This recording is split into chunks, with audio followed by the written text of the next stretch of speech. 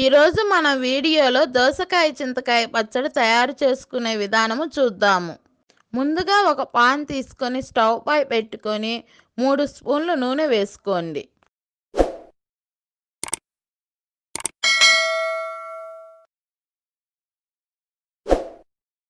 నూనె హీట్ అయ్యాక 1 స్పూను ఆవాలు, కొంచెం మెంతులు, 1 స్పూను జీలకర్ర వేసుకోండి. ఇవి అన్నీ కొంచెం వేగాక 5 ఎండుమిర్చి వేసుకోండి. ఎండుమిర్చి వేగాక 10 పచ్చిమిర్చిని తుంచి వేసుకోండి, లేకుంటే చిట్లుతాయి.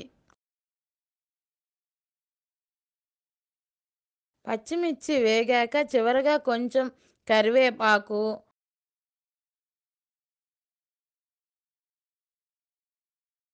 కొంచెం ఇంగువ,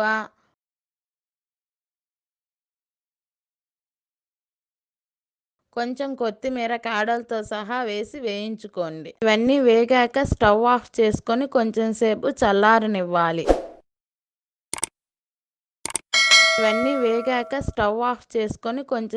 చల్లారనివ్వాలి.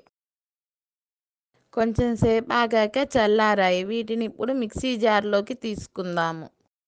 ముందుగా మనం ఈ మిర్చిని మిక్సీ వేసుకోవాలి. మిరపకాయలను మిక్సీ చేసుకున్న తర్వాత ఈ స్పూనుతో స్పూన్ ఉప్పు చింతకాయ పచ్చడి వేసుకోవాలి.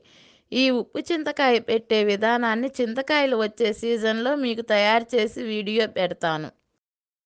ఇప్పుడు ఈ రెండింటిని కలిపి మిక్సీ చేసుకోవాలి.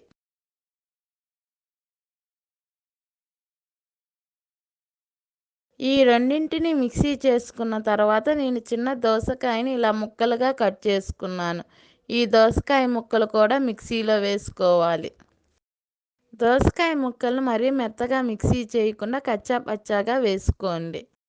దోసకాయ ముక్కలను కూడా ఈ విధంగా కచ్చా పచ్చాగా మిక్సీ చేసుకున్న తర్వాత మొత్తాన్ని నేను బౌల్లోకి తీసుకుంటున్నాను.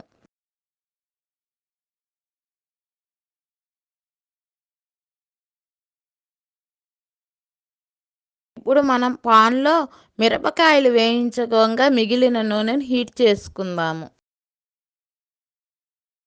నూనె హీట్ అయ్యాక కొంచెం ఆవాలు, కొంచెం తిరగమాత గింజలు,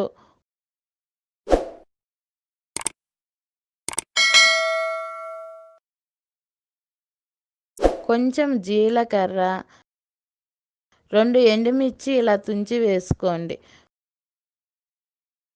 ముందుగా మనము మిరపకాయలు వేయించుకునేటప్పుడు ఇంగువ వేసుకున్నాం కదా, ఇప్పుడు ఒక చిటికెడు వేసుకోండి చాలు.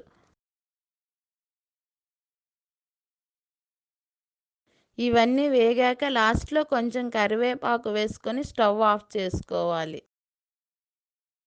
దీనిని మనం ముందుగా తయారు చేసుకున్న పచ్చళ్ళలోకి వేసుకోవాలి. ఇప్పుడు మనకు ఎంతో రుచిగా ఉండే ఉప్పు చింతకాయతో దోసకాయ పచ్చడి రెడీ అయింది. దీనిని వేడివేడి అన్నంలో నెయ్యి వేసుకొని తింటే దాని రుచే వేరు. మన ఇంట్లో ఎటువంటి కూరలు లేనప్పుడు ఈ పచ్చడి ఒక్కటి చేసుకుంటే చాలు, అన్నం మొత్తం తృప్తిగా తినేసేయొచ్చు. దాన్ని మీరు కూడా ట్రై చేసి ఎలా ఉందో నాకు కామెంట్ చేయండి. అలాగే వర్ధనీస్ కిచెన్ ఛానల్ను మీరు సబ్స్క్రైబ్ చేసుకోనట్లయితే సబ్స్క్రైబ్ చేసుకొని పక్కనే ఉన్న బెల్ ఐకాన్ని ప్రెస్ చేయండి.